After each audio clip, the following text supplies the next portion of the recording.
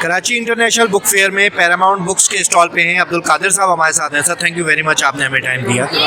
आप हर साल यहाँ पे एग्जीबिशन में स्टॉल लेते हैं, कैसा एक्सपीरियंस रहा है आप? देखिए, हम तकरीबन 2005 से जो हमारे पहले बुक फेयर था तब से हमने अपना यहाँ पे पार्टिसिपेट शुरू की है।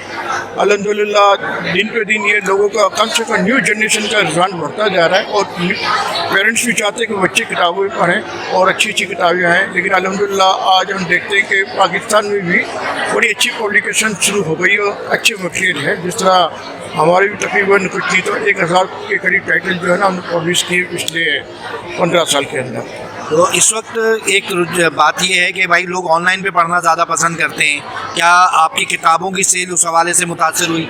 देखिए, ये चीज़ आपको सही कह रहे हैं, लेकिन इस लेवल पे नहीं हुई क्योंकि रेफरेंस लेवल है वो बहुत आगे की बात है। उसमें तो डिजिटल और ये ऑनलाइन की बात हो रही है।